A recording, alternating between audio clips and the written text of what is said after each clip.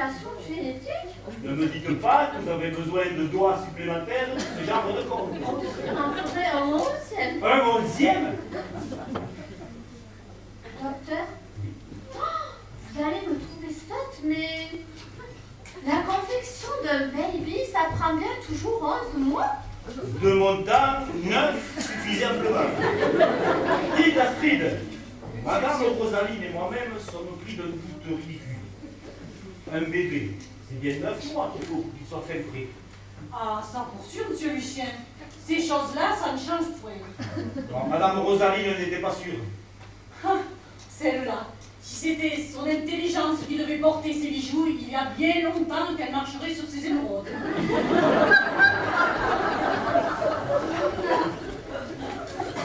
Bon, c'est bientôt l'heure de mes résultats d'examen. Vous faites encore des études à votre âge? Bien. Oh, mais c'est extra! Bien sûr que voulez-vous, je ne veux pas mourir sans connaître la vérité. À tout à l'heure.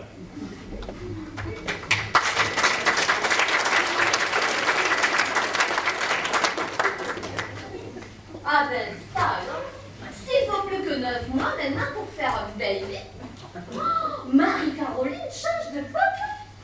Mais c'est mon étoile. Qu'est-ce qu'on est allé calculer de travers aussi? Oh là là, trop de week-end. Édouard perd son âge de pipon, mais il gagne une Marie-Caroline.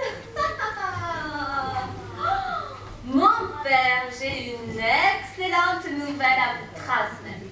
Et elle appelle ça une excellente nouvelle. Marie-Caroline est bien de nous. C'est La la vraiment la pas la une nouvelle. la. Ah. Bon, si vous êtes toujours prêt à passer l'anneau, à faire liquesse et tracas communs, nous allons prendre rendez-vous pour 3 séances de préparation intensive. Mon père. Ne me dites plus rien. Je ne m'oppose plus à ce mariage. Arrivera ce qui arrivera.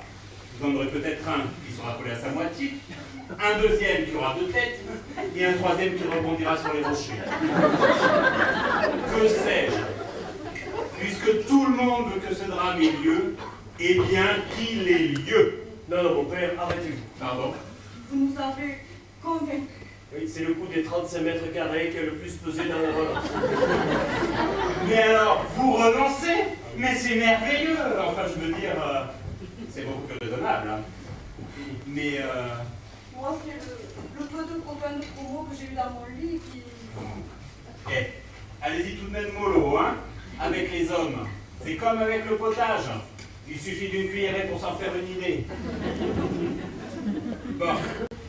Mais tout ça, c'est pas le tout, hein. Il va falloir maintenant affronter la colère familiale. Mais soyez sans crainte. Je vous aiderai. Alors, ça y est, les rendez-vous sont pris. Oh, les tourtereaux. Bientôt sur le même bateau. Bientôt dans le même dodo. Et vous en faites une tête, hein.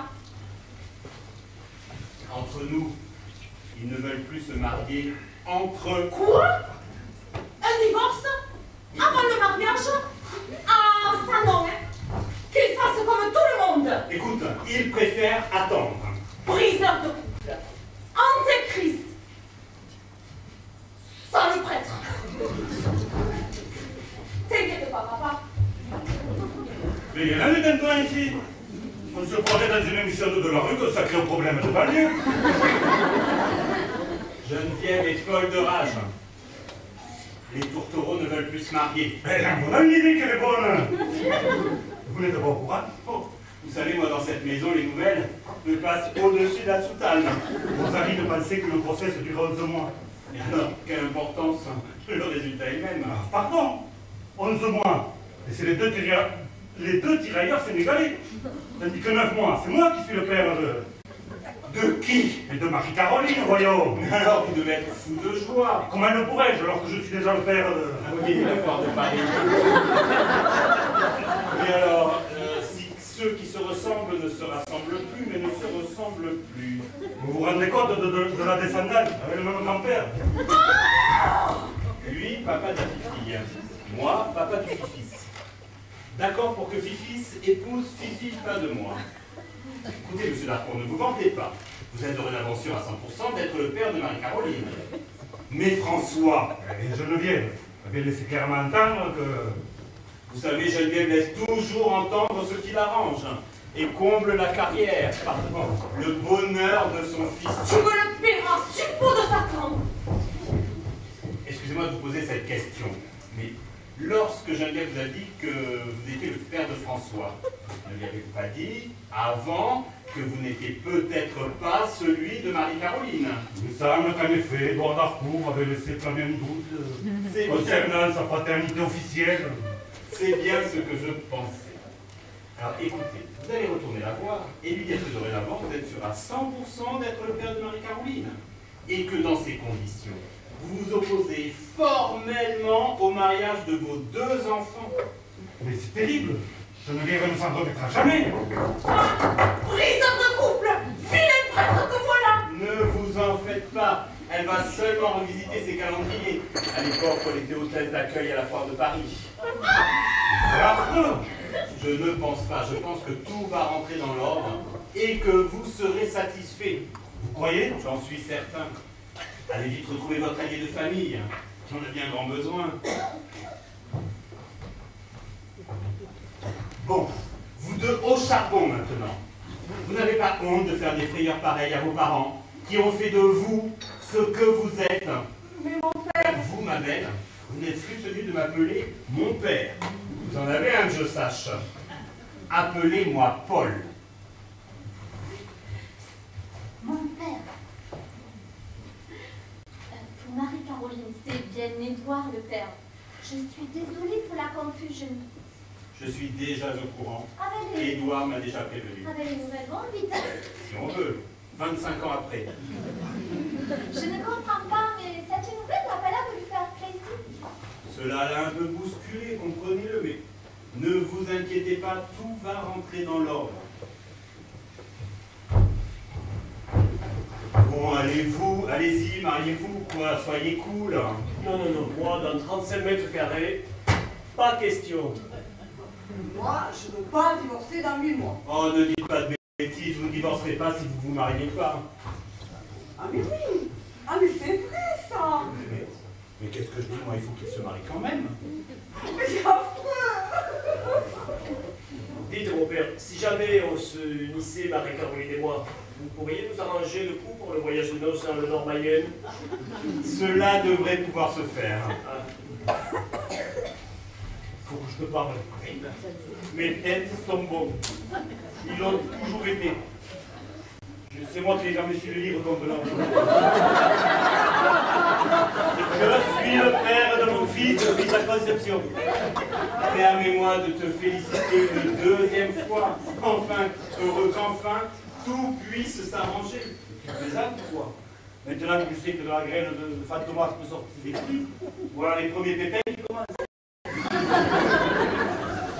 C'est dur hein, d'assumer une double paternité quand Fifis et Fifi ont décidé de s'unir. mais qu'en sais-tu, toi, tous les célibataires improductifs? Ouais, je suis ravi de voir la joie que te procurent mes amis génétiques. Mais rassure-toi, Marie-Caroline n'est pas de nous. Je pense bien qu'elle n'est pas de nous. Mais enfin, je veux dire, ce n'est pas nous qui l'avons faite au Sénégal.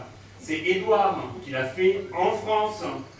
Mais alors, dans ce cas, mon François peut épouser Marie-Caroline sans risque d'engendrer des dégénérés. Et cela peut être même temps, si on veut que Geneviève assiste à la cérémonie. Ah, François, mon François, l'œuvre de ma chair, c'est ton papa qui te parle. Tu n'as pas bien d'avoir un papa comme ton papa. Et après, le premier papa, l'insistance sur le P, le A, l'autre P et l'autre A. Tu m'avais pas dit pour ton père. Je l'avais jamais vu comme ça. Ah.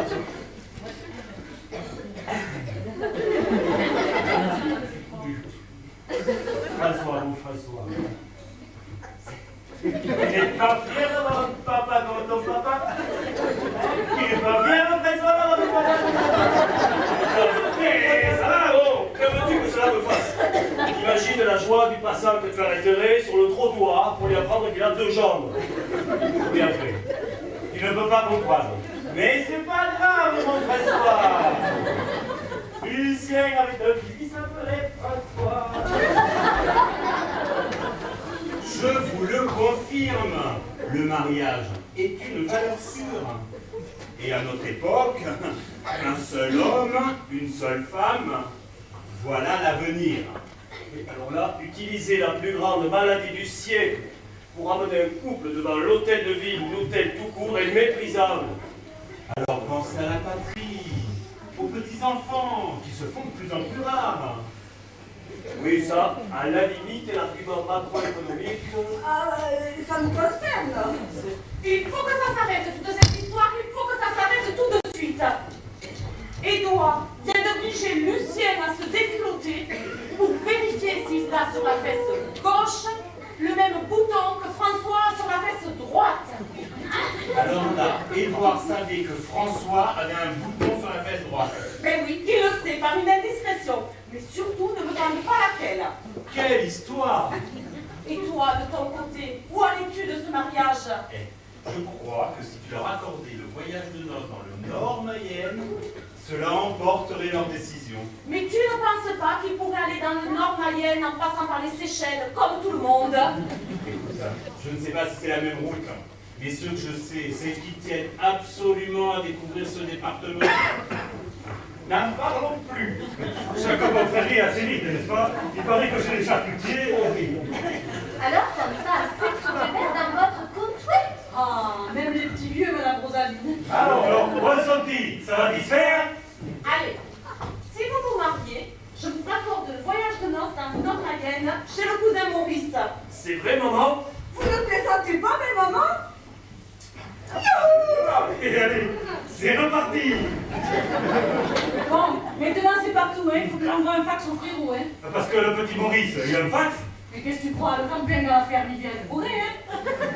Bon, on va peut-être enfin pouvoir sortir le champagne. Et peut-être que vous allez me le signer, ce monde du contrat. Donnez-le-moi que je vous le signe, Astrid. Et allez chercher un magnum de champagne.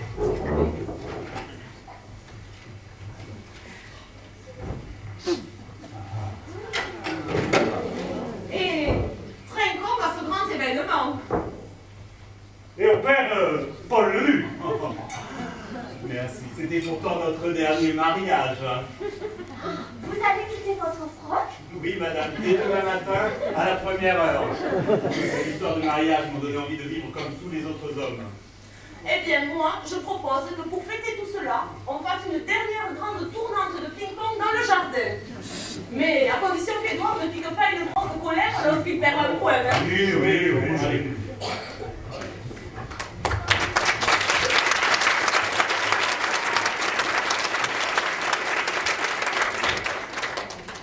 Vous n'allez pas manquer de cavalier, mon père. Seulement un peu d'entraînement. Un peu d'entraînement. Dans ma jeunesse, on m'appelait Lucifer. C'était vous? C'était moi.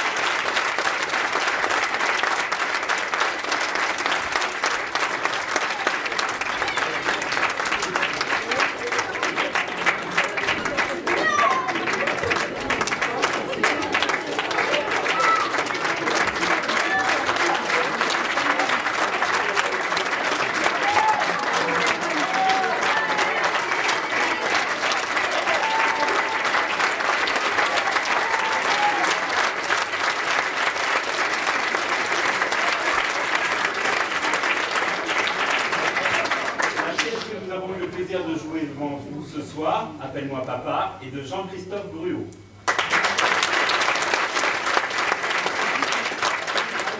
Dans le rôle de Valérie, Camille.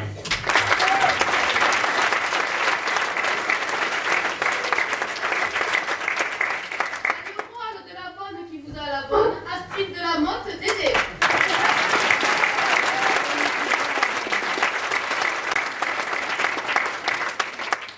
Dans le rôle de François, Joël.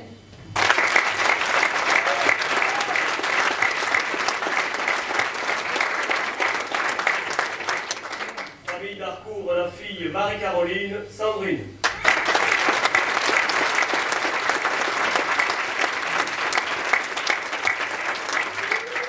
Dans le rôle de notre chirurgien qui a un épi qui rebique depuis 4 générations, monsieur Labruse, Christian.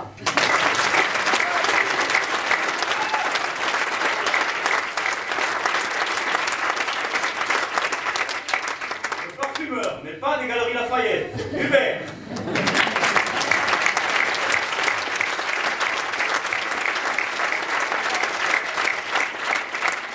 Notre hôtesse, Geneviève Géraldine.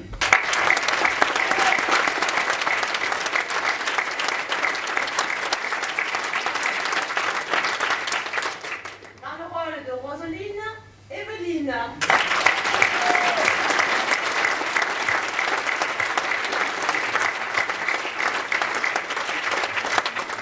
Dans le rôle de Sa Sainteté, le père Paul Leduc.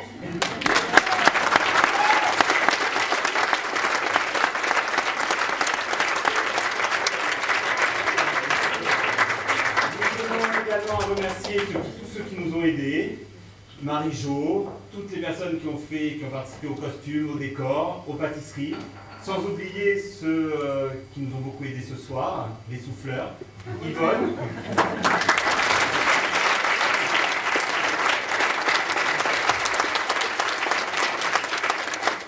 Camille.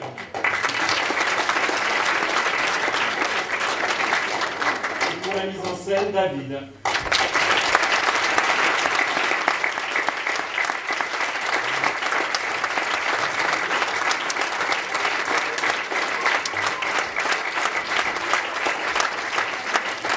enfin, un dernier merci à vous-même, public, qui êtes là ce soir.